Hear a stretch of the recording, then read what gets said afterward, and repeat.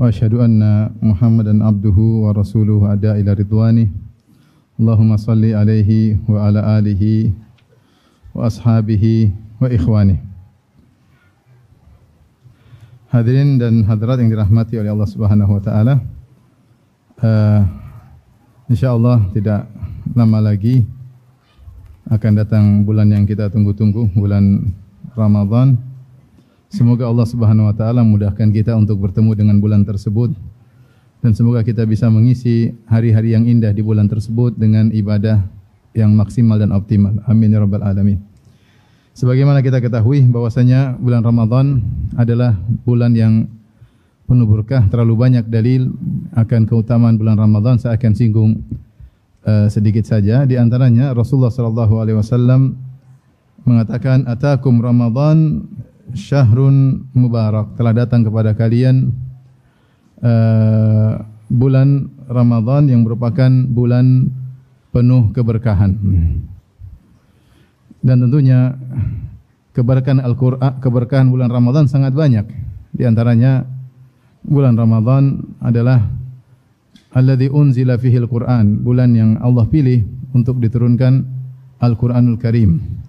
Sehingga dikatakan dia adalah sayyidus syuhur, pimpinan para bulan, bulan yang terbaik di antara bulan-bulan yang ada.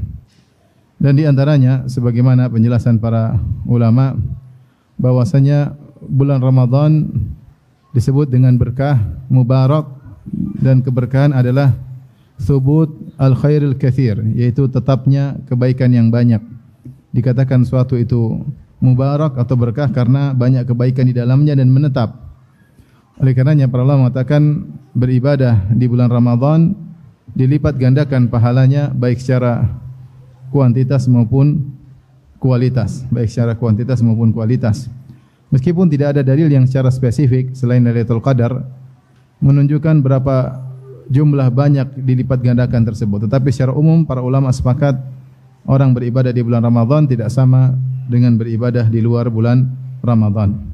Di antara isyarat-isyarat yang menunjukkan akan hal ini seperti Nabi sallallahu alaihi wasallam ya lebih banyak kedermawanannya ketika di bulan Ramadan. Ibnu Abbas radhiyallahu anhu berkata, "Kana Nabi sallallahu alaihi wasallam ajwadan nas." Rasulullah SAW adalah orang yang paling dermawan. Wa kana ajwad ma yakun fi Ramadan. Dan Rasulullah SAW sepuncak-puncak dermawanannya ketika di bulan Ramadan. Tentunya tidaklah Nabi lebih dermawan di bulan Ramadan kecuali karena pahalanya lebih banyak. Demikian juga misalnya Rasulullah SAW bersabda, "Al-umratu fi Ramadan ta'dilu hajjatan ma'i." Bahwasanya umrah di bulan Ramadan seperti haji bersamaku. Ini menunjukkan bahwasanya umrah di bulan Ramadan tidak sama seperti umrah di luar bulan Ramadan. Tentu pahala umrah sendiri sudah sangat besar. Al-umratu ilal umrati kaffaratun lima bainahuma. Umrah satu dengan umrah yang lain adalah penebus dosa-dosa di antara keduanya. Kemudian juga Rasulullah SAW menyebutkan tentang keutamaan umrah bahwasanya tanfi al-khabath atau tanfi adz-dzunub wal faqr, bahwasanya umrah bisa menghilangkan kefakiran dan juga menghilangkan dosa-dosa. Kama yanfil kir khabathal hadid, sebagaimana alat pandai besi bisa menghilangkan karatan besi. Itu di luar bulan Ramadan. Di bulan Ramadan lebih spesifik karena umrah tersebut dikerjakan di bulan yang mulia, maka seakan-akan pahala umrah tersebut seperti berhaji bersama Nabi sallallahu alaihi wasallam. Kemudian juga misalnya malam Lailatul Qadar yang kata Allah Subhanahu wa taala, "Lailatul Qadri khairun min alfi syahr." Lailatul Qadar lebih baik daripada 1000 bulan. Artinya siapa yang beribadah di malam tersebut diberi taufik oleh Allah dengan ibadah yang diridhai oleh Allah Subhanahu wa taala, maka dia seperti beribadah lebih baik daripada 1000 bulan. 1000 bulan kalau kita bagi secara tahun itu 83 tahun lebih. 83 tahun lebih. Dan kita hanya beribadah di malam Lailatul Qadar, salah satu di antara malam ganjil di 10 hari terakhir, paling ibadah maksimal mungkin 10 jam. Kalau taruhlah satu malam 10 jam, 11 jam dipotong dengan istirahat misalnya 2 jam atau 3 jam, ya kita hanya beribadah sekitar 8 jam dengan ibadah yang diridai oleh Allah Subhanahu wa taala dari ibadah maghrib sampai terbit fajar subuh, maka seakan-akan kita beribadah bukan seperti 83 tahun, tapi kata Allah khairun, lebih baik dari 83 tahun. Ini di antara bonus yang Allah berikan kepada umat Muhammad sallallahu alaihi wasallam. Jika ada seorang diberi taufik untuk mendapatkan Lailatul Qadar 10 tahun berturut-turut, maka seakan-akan dia beribadah lebih baik dari 830 tahun. Lebih baik dari 830 tahun. Ini adalah suatu bonus yang sangat luar biasa, mengingat umur umat Muhammad singkat, antara 60 sampai 70 tahun dibandingkan umat-umat terdahulu seperti umat Nabi Nuh yang umurnya sampai ratusan tahun. Maka ini adalah kesempatan bagi umat Muhammad sallallahu alaihi wasallam untuk mendapatkan pahala yang banyak. Ini semua isyarat bahwasanya beribadah di bulan Ramadan tidak sama dengan ibadah di luar bulan Ramadan. Maka seorang hendaknya termotivasi untuk ibadah apapun. Silaturahmi di bulan Ramadan, bikin acara undang keluarga makan di bulan Ramadan, berbakti kepada orang tua di bulan Ramadan tidak sama seperti di luar bulan Ramadan. Berzikir di bulan Ramadan tidak sama seperti berzikir di luar bulan Ramadan. Baca Al-Quran di bulan Ramadan tidak sama seperti baca Al-Quran di luar bulan Ramadan. Bersedekah di bulan Ramadan tidak sama dengan bersedekah di luar bulan Ramadan. Ya. Maka ini bulan spesial yang Allah siapkan untuk kita, hendaknya kita menyambutnya dengan sebaik-baiknya. Di antara keutamaan bulan Ramadan disebutkan bahwasanya bulan Ramadan futihat abwabul jannah. Dalam riwayat futihat abwabus sama. Pada bulan Ramadan dibukakanlah pintu-pintu langit. Disebut juga dalam riwayat dibukakan pintu-pintu surga. Apa maksudnya dibukakan pintu-pintu langit dalam sebagian riwayat? Maksudnya ada yang mengatakan dibukakan pintu-pintu langit artinya amal mudah diterima oleh Allah Subhanahu wa taala. Allah berfirman, "Ilaihi yas'adul kalimut thayyibu wal amalus salihu yarfa'uh." Kepada Allah lah naik perkataan-perkataan yang baik dan amal soleh diangkat oleh Allah Subhanahu wa taala. Ketika pintu langit terbuka, maka amal soleh mudah diterima oleh Allah Subhanahu wa taala. Tidak seperti di bulan-bulan yang lainnya. Ada yang mengatakan bahwasanya dibukakan pintu-pintu langit, maksudnya rahmat Allah mudah turun kepada hamba-hambanya. Karena rahmat Allah, ya kalau kita boleh katakan benar-benar diturunkan sangat banyak di bulan Ramadan. Kemudian ada yang mengatakan dibukakan pintu-pintu langit, maksudnya doa mudah dikabulkan. Doa mudah dikabulkan. Doa yang dipanjatkan oleh orang yang berpuasa, apalagi menjelang berbuka, ya, atau sepertiga malam yang terakhir, adalah doa-doa yang mudah dikabulkan, terutama di bulan Ramadan. Ini isyarat dari makna futihat abwabus sama, dibukakan pintu-pintu langit. Dalam riwayat futihat abwabul jannah, dibukakan pintu-pintu surga. Maksudnya apa? Seakan-akan pintu surga sudah terbuka menyambut orang untuk masuk surga. Isyarat bahwasanya untuk masuk surga sangat mudah seorang beribadah di bulan Ramadan. Seorang beribadah di bulan Ramadan sangat mudah untuk masuk surga. Makanya dalam hadis ya bahwasanya Rasulullah sallallahu alaihi wasallam mengatakan walillahi utaqa'u minan nar wa dzalika fi kulli lailah. Bahwasanya di bulan Ramadan ada orang-orang yang tercatat terbebas dari neraka jahanam, dicatat masuk surga, dan itu berlaku setiap malam bulan Ramadan. Dan kita bulan Ramadan ada, kalau bukan 29 malam, ada 30 malam. Maka setiap malam tersebut ada kesempatan bagi kita untuk tercatat terbebaskan dari neraka jahanam dan masuk surga. Kalau kita tidak mendapatkan di malam pertama, masih ada malam kedua. Tidak dapatkan malam kedua, masih ada malam ketiga, dan seterusnya sampai malam ke-29 atau malam ke-30. Maka ini kesempatan bagi kita untuk meraih keberkahan bulan Ramadan dengan sebanyak-banyaknya agar dicatat sebagai hamba-hamba yang dibebaskan dari neraka jahanam menuju surga Allah Subhanahu wa taala. Di antara keutamaan bulan Ramadan bahwasanya bulan Ramadan dikondisikan oleh Allah Subhanahu wa taala agar seorang mudah beribadah. Makanya Nabi SAW mengatakan wasufiddatis syayatin, pada bulan Ramadan setan-setan dibelenggu. Apa yang dimaksud dengan setan-setan dibelenggu? Ada yang mengatakan bahwasanya gerak setan diperkecil, dipersempit. Memang setan bisa menggoda, tapi dia seakan-akan terbelenggu sehingga dia tidak leluasa menggoda sebagaimana biasanya. Karena di bulan Ramadan ada juga orang yang bermaksiat ya, tetapi lebih sedikit daripada di bulan-bulan biasanya. Ada yang mengatakan sufidati syayatin, setan-setan dibelenggu, maksudnya maradatu syayatin, yaitu gembong-gembong para setan. Maka gembong-gembong para setan dibelenggu sehingga yang menggoda adalah setan-setan kroco ya. Oleh karenanya kalau ada orang di bulan Ramadan masih tergoda juga, berarti dia digoda oleh apa? Setan-setan apa? kroce. Berarti imannya lemah. Imannya apa? Lemah. Ya. Buktinya bulan Ramadan masih bermaksiat, berarti imannya apa? Lemah. Karena setan-setan, gembong-gembong setan sedang dibelenggu oleh Allah Subhanahu wa taala. Jadi Allah mengkondisikan bulan tersebut sehingga seorang tidak mudah digoda oleh syaitan. Kemudian ada suara yang menyeru agar kita semangat. Kata Nabi SAW, "Yunadi munadin." Ada yang menyeru, "Ya baghiyal khairi aqbil," wahai pencari kebaikan, semangatlah. "Wa ya baghiyasy syarri," wahai orang-orang yang mencari keburukan, ingin bermaksiat, aqsir, maka berhentilah. Ada seruan-seruan keimanan dalam hati seorang mukmin untuk semangat melakukan ibadah dan untuk berhenti dari maksiat yang dia lakukan. Ini dirasakan oleh banyak orang. Ada semangat, motivasi yang muncul dengan sendirinya ketika datang bulan Ramadan. Karenanya, ikhwan dan akhwat yang rahmati Allah Subhanahu wa taala, hendaknya kita semua berusaha untuk menyambut bulan Ramadan dengan semaksimal mungkin. Ketahuilah sejauh mana semangat kita untuk menyambut bulan Ramadan semakin tinggi, maka keberkahan semakin besar yang akan kita dapatkan. Allah dalam hadis qudsi mengatakan, "Man taqarraba ilayya dhira'an, taqarrabtu ilaihi ba'an," atau "Man taqarraba ilayya shibran, taqarrabtu ilaihi dhira'an." Siapa yang mendekatkan dirinya kepadaku dengan sejengkal, maka aku akan mendekat kepadanya dengan sehasta. Siapa yang mendekatkan dirinya kepadaku sehasta, maka akan mendekat kepadanya dengan sedepa. Menunjukkan bahwasanya jika orang semangat, maka Allah lebih semangat. Keberkahan akan semakin banyak. Dan itu yang dilakukan oleh para salaf.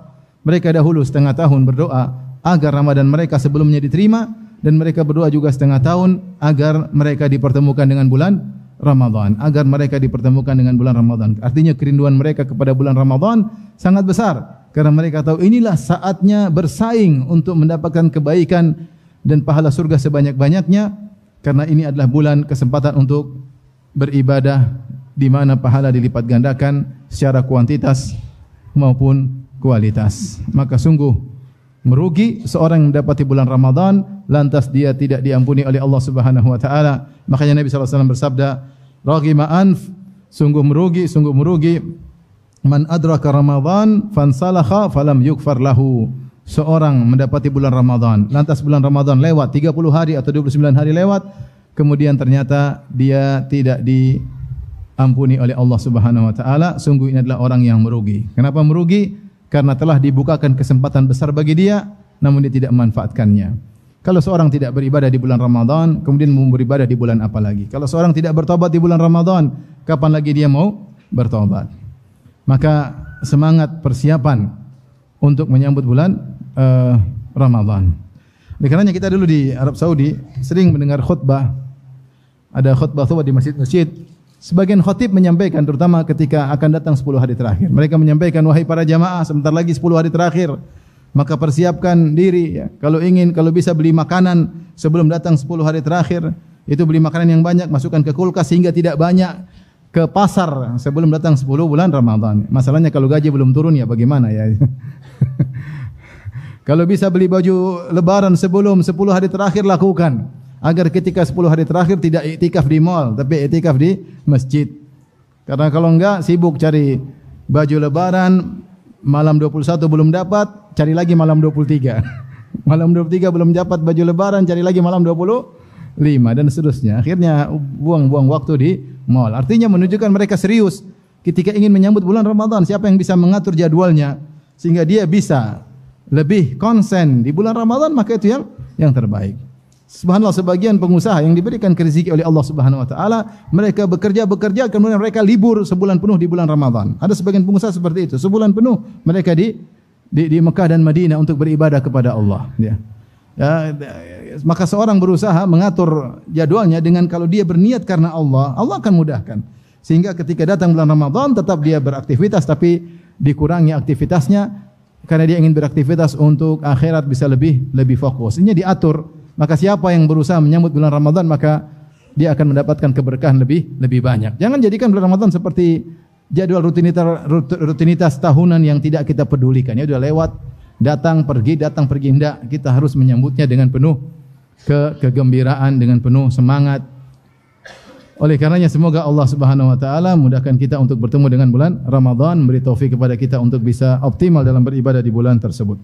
Baik, itu sedikit tentang keutamaan bulan Ramadan tentunya masih banyak keutamaannya. Taib. Yang mau kita bahas berikutnya adalah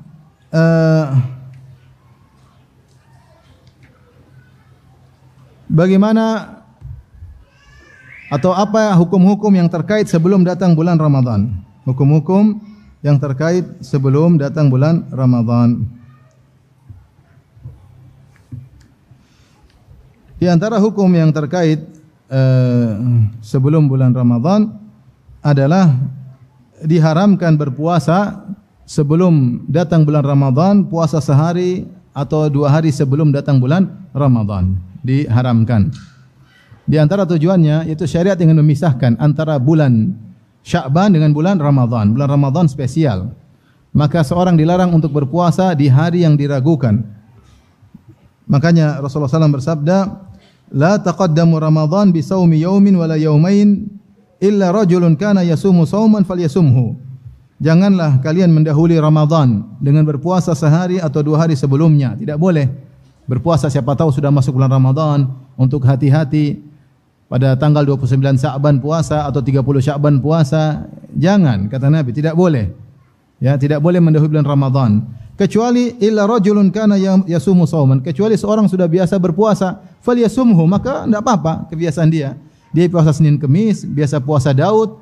Kalau kebetulan ngepasi tanggal 29 Sya'ban atau ngepasi 30 Sya'ban, puasa Senin Kamis tersebut atau puasa Daud tersebut, maka tidak jadi masalah.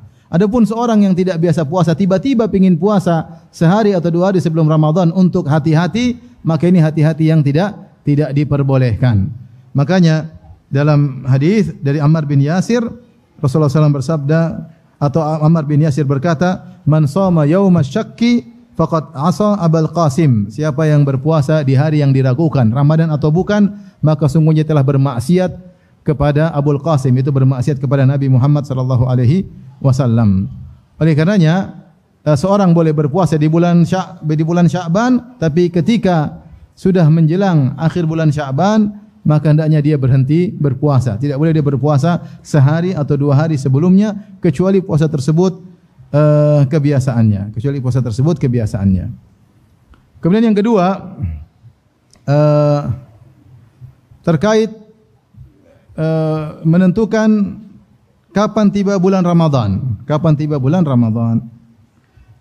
Mengetahui bulan Ramadan tiba, demikian juga kapan bulan Syawal tiba, kapan bulan haji tiba, ya. Dalam Islam yaitu dengan dua cara. Pertama dengan melihat hilal.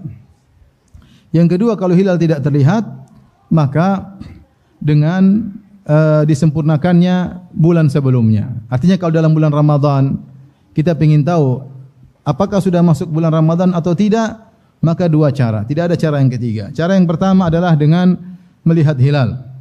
Kata Rasulullah SAW, "Sumu li ru'yatihi wa aftiru li ru'yatihi. Fa in ghumma 'alaikum fa akmilu iddata Sya'ban 30." Kata Nabi SAW, berpuasalah karena melihat hilal. Kemudian berlebaranlah karena melihat hilal. Kalau seandainya hilal tidak terlihat, kata Nabi, maka sempurnakanlah bulan Sya'ban 30 hari. Dari sini para ulama ijma' bahwasanya ulama sepakat, tidak ada khilaf di antara mereka untuk mengetahui masuknya bulan Ramadan cuma dengan 2 cara. Pertama melihat hilal, kalau hilal tidak terlihat maka menyempurnakan bulan Sya'ban 30 hari. Dalam riwayat yang lain kata Nabi SAW, "Fa in hala bainakum wa bainahu sahab fa akmilu iddata Sya'ban 30." Jika ternyata hilal tersebut ada tapi dihalangi oleh awan, maka sempurnakanlah bulan Sya'ban 30 hari. Rasulullah bilang ada hilalnya. Fa in hala bainahu wa bainakum. Jika ada halangan, yaitu awan menghalangi antara kalian dan hilal, hilalnya ada atau tidak? Ada, tapi terhalangi oleh apa? Awan. Maka apa yang kita lakukan? Sempurnakan bulan Sya'ban selama 30 hari. Nah, hadis seperti diriwayatkan oleh banyak sahabat. Bukan cuma dari Ibnu Umar, ada beberapa sahabat yang meriwayatkan hadis dengan makna hadis ini. Oleh karenanya, pendapat yang lebih tepat bahwasanya untuk menentukan adanya satu Ramadan atau tidak dengan terlihatnya hilal atau disempurnakan bulan Sya'ban selama 30 hari. Tapi ada yang berkata, Ustaz, sekarang sudah modern, kita dengan ilmu hisab kita bisa mengetahui kapan hilal muncul atau tidak. Kapan hilal muncul atau tidak.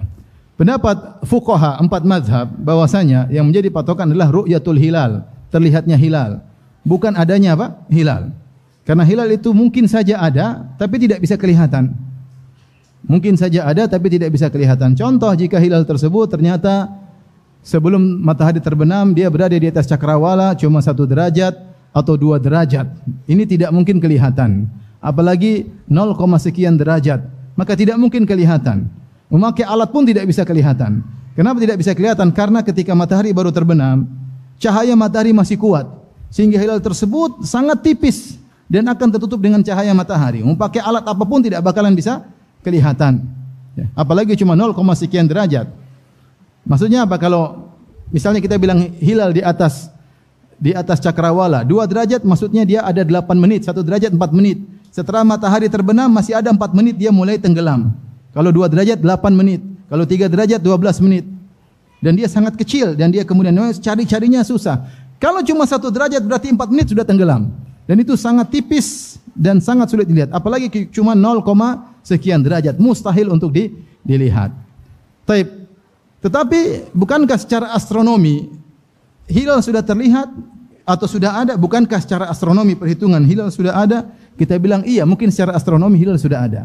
Tapi yang dipakai oleh syariat bukan hilal falaki, tetapi hilal syar'i. Hilal syar'i bukan hilal falaki. Hilal syar'i itu adalah hilal yang terlihat, bukan hilal yang ada. Dan dalam syariat ada yang semisal ini. Secara sains benar, tetapi tidak dianggap oleh syariat. Contoh,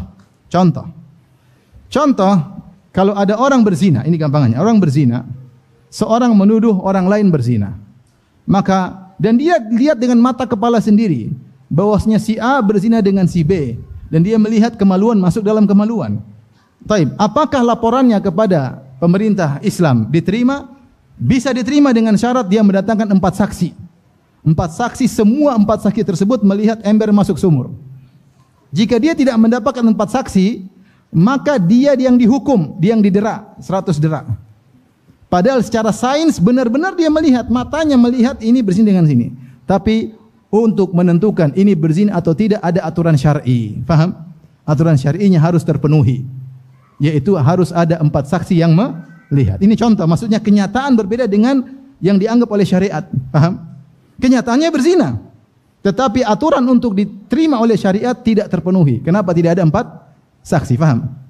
Mungkin secara hitungan sains ada, secara falaki astronomi atau hilal al-falaki, hilal astronomi sudah ada secara hitungan karena 0,1 derajat berarti sudah ada. Tetapi bukan itu yang dimaksud oleh syariat. Yang dimaksud oleh syariat adalah hilal syar'i, ada persyaratannya, harus bisa dilihat. Kalau tidak bisa dilihat maka sempurnakan bulan Sya'ban 30 hari. Ini contoh pertama yang mirip. Contoh kedua, seperti kasus yang pernah terjadi di zaman Nabi SAW. Dalam syariat, kalau pasang suami istri menikah syar'i, kemudian istrinya berzina, si A punya istri secara syar'i, ternyata si A ini istrinya berzina dengan laki-laki B, dan dia masih statusnya istri si A. Kemudian akhirnya hamil, dan si A tidak mengadukan kepada, dia tahu atau tidak tahu enggak urusan, dan dia tidak mengadukan kepada pemerintah bahwasanya istrinya berzina. Dia tidak mengadukan. Kemudian akhirnya istrinya mengandung, kemudian melahirkan, dan anaknya mirip si B. Anaknya mirip dengan apa? Si B. Taib. Secara anak biologis DNA anaknya siapa? B. Tetapi secara syariat dia anaknya si A. Faham? Secara syariat dia anaknya si A. Syariat punya hukum tersendiri. Kata Nabi SAW, walil akhir hajar. Ya. Bahwasanya orang yang berzina hanya mendapatkan batu, tidak mendapatkan anaknya. Syariat punya hukum tersendiri. Paham? Berarti beda antara sains, artinya secara kenyataan, dengan hukum syar'i. Contoh lagi, Rasulullah SAW menyebut tentang masalah salat gerhana. Ya. Kata Rasulullah SAW, fa in ra'aitumuhu, kalau kalian melihat gerhana maka salatlah. Taib, secara perhitungan terjadi gerhana tapi ternyata hujan. Misalnya, gerhana tidak terlihat. Paham? Kita sholat gerhana atau tidak? Tidak sholat gerhana. Meskipun secara perhitungan astronomi gerhana terjadi. Artinya saya ingin menyampaikan bahwasanya syariat punya iktibar, punya aturan tersendiri. Aturan tersendiri. Contoh lagi, contoh yang keempat. Rasulullah mengatakan tentang seorang ketika sholat dia ragu. Ketika sholat dia ragu. Maka Rasulullah SAW mengatakan, la yansarif hatta yasma'a sautan aw yajida riha. Jangan dia batalkan sholatnya sampai dia mendengar bau kentut atau dia mencium apa? Bau kentut. Ketika dia ragu-ragu, saya kentut atau tidak misalnya. Kok kayaknya duburnya ada keluar hembusan udara yang lembut sekali. Aduh, apalagi perutnya guruk-guruk, aduh. Tapi dia enggak mendengar suara keluar. Dia sudah berusaha mendengar, tidak ada suara.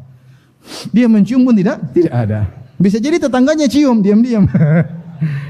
Tetapi ternyata dia lanjutkan sholat. Sholatnya sah atau tidak? Sah. Meskipun kenyataannya mungkin keluar. Secara sains keluar. Kalau dilihat di CCTV kemudian dipasang detektor ketahuan. Cuma ada aturan syariat, paham? Ada aturan syariat. Maka sebagian saudara-saudara kita yang berpatok pada adanya hilal, mereka berdalil dengan sains. Bahwasanya ini ilmu kita bisa tahu dengan hisab, dengan hitung-hitungan, maka meskipun 0, sekian derajat hilal sudah ada. Kita bilang enggak. Syariat memandang bukan hilal astronomi, tetapi hilal syar'i. Hilal syar'i ada syaratnya. Syaratnya harus terlihat. Jika tidak terlihat, maka menyempurnakan bulan Sya'ban berapa hari? 30 hari. Dan ini banyak nukilan ijma'. Nukilan ini banyak sekali. Tentang bahwasanya inilah ijma' dan tidak ada pendapat yang lain. Paham? Dan ini pendapat 4 mazhab. Oleh karenanya, insyaallah kita menentukan puasa atau Ramadan mengikuti pemerintah. Karena pemerintah menggunakan metode ru'yatul apa? Hilal. Hilal terlihat. Paham sampai di sini? Taib. Berikutnya terkait dengan niat.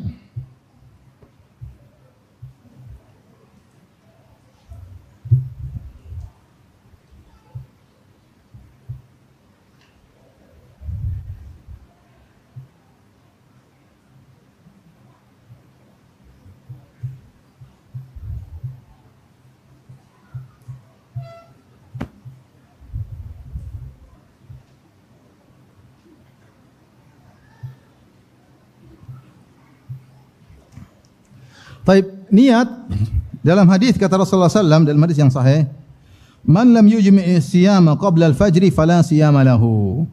Barang siapa yang tidak memantapkan niat puasa sebelum terbit fajar, maka tidak ada puasa baginya.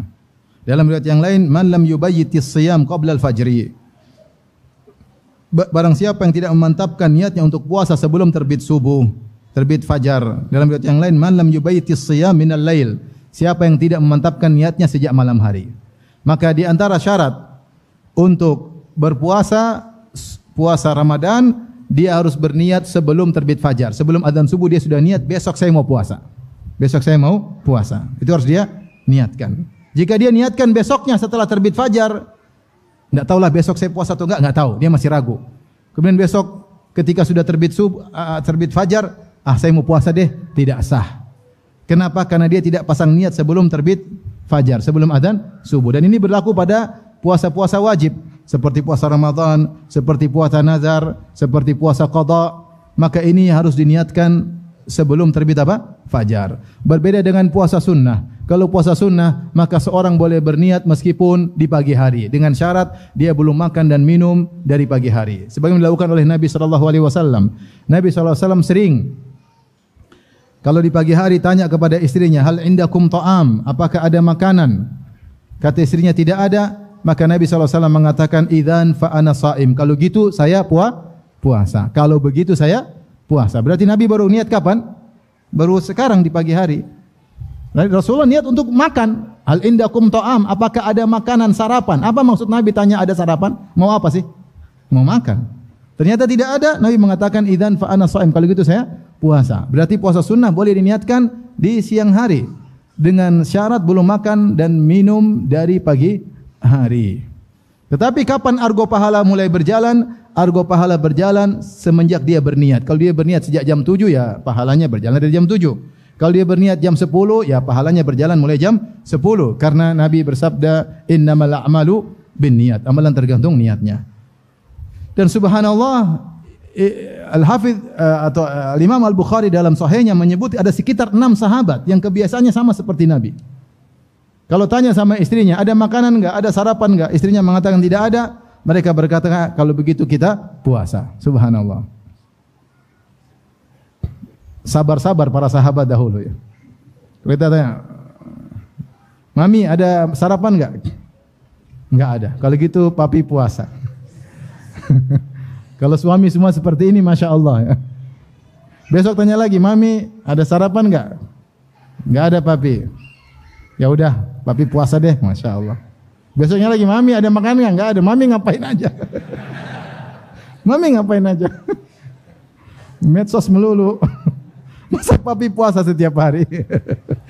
Sahabat disebut 6 orang, diriwayat dari mereka seperti itu kebiasaan mereka. Kalau enggak ada makanan puasa. Subhanallah. Bagaimana miskinnya mereka, hidup mereka. Kita pagi-pagi sudah berbagai macam makanan. Kalau enggak di rumah, di luar rumah. Mau nasi uduk, mau nasi kuning, mau gorengan, apa lagi? Oncom lah, berbagai macam judul makanan di pagi hari. Tetapi kalau puasa wajib harus berniat sejak apa? Sejak malam. Nah, para ulama berselisih apakah niat tersebut harus setiap malam atau boleh dirapel untuk sebulan penuh? Ada dua pendapat. Sebagian ulama mengatakan boleh dirapel sebulan penuh, ada yang mengatakan harus setiap malam. Karena setiap hari puasa adalah ibadah mustaqillah, ibadah tersendiri. Hari pertama tidak ada kaitan hari kedua tidak ada kaitan hari ketiga. Berbeda dengan solat. Solat Isya 4 rakaat terkait rakaat pertama sampai rakaat terakhir terkait enggak? Terkait. Kalau batal rakaat keempat batal semua solat. Tapi kalau puasa dia per hari. Oleh karena yang lebih hati-hati, seorang selalu berniat setiap apa? Setiap malam. Yang penting dia niat, yang dalam hati besok mau puasa selesai. Tidak perlu dia ucapkan misalnya, tidak perlu melafalkan tertentu, tidak perlu. Yang penting dia sudah niat. Karena tidak diriwayatkan dari Nabi mau lafalkan tentang niat. Maka cukup dia niatkan dalam dirinya, maka sudah cukup. Ya. Seorang misalnya beli nasi goreng, niatnya untuk sahur. Dia tidak ngomong apa-apa, kemudian beli nasi goreng, kemudian dia taruh, kemudian dia pasang waker jam 4:30 atau jam 4, kemudian ternyata dia bangun jam 7. Misalnya. Puasanya sah atau tidak kalau dia berpuasa? Sah, karena dia sudah niatnya ditandai dengan beli nasi goreng. Meskipun dia kebablasan, ya, sudah sah. Ada pendapat yang ringan, pendapat sebagian ulama Syafi'iyah membolehkan berniat sekaligus dirapel sebulan. Saya berniat puasa sebulan penuh. Mereka berdalil dengan hadis dalam Sahih Bukhari, syahrani la yanqusan, 2 bulan yang tidak berkurang, yaitu Ramadan dan Dzulhijjah. Ramadan dan Dzulhijjah ini 2 bulan yang mulia. Ramadan dan Dzulhijjah. Dzulhijjah ada 10 hari pertama yang mulia dan juga ada amalan-amalan haji di bulan tersebut. Ramadan adalah bulan suci Ramadan. Maksudnya apa 2 bulan tidak berkurang? Dijelaskan oleh para ulama maksudnya bulan tersebut 29 hari atau 30 hari sama mulianya. Bulan tersebut 29 hari atau 30 hari sama mulianya. Dari sini mereka mengambil istimbat hukum bahwasanya syariat memandang bulan tersebut satu kesatuan. Syariat memandang bulan tersebut satu kesatuan sehingga 29 atau 30 dianggap sama. Dari sini mereka mengatakan seorang berniat puasa bulan Ramadan sebulan penuh boleh. Ini pendapat ya, pendapat. Namun lebih hati-hati adalah seorang berniat setiap malam. Dia niatkan sebulan penuh dan dia tekankan lagi setiap malam dia berniat untuk apa? Puasa. Terutama kalau dia ada batal di tengah, maka dia niatkan untuk sisa hari dia niatkan untuk puasa. Baik.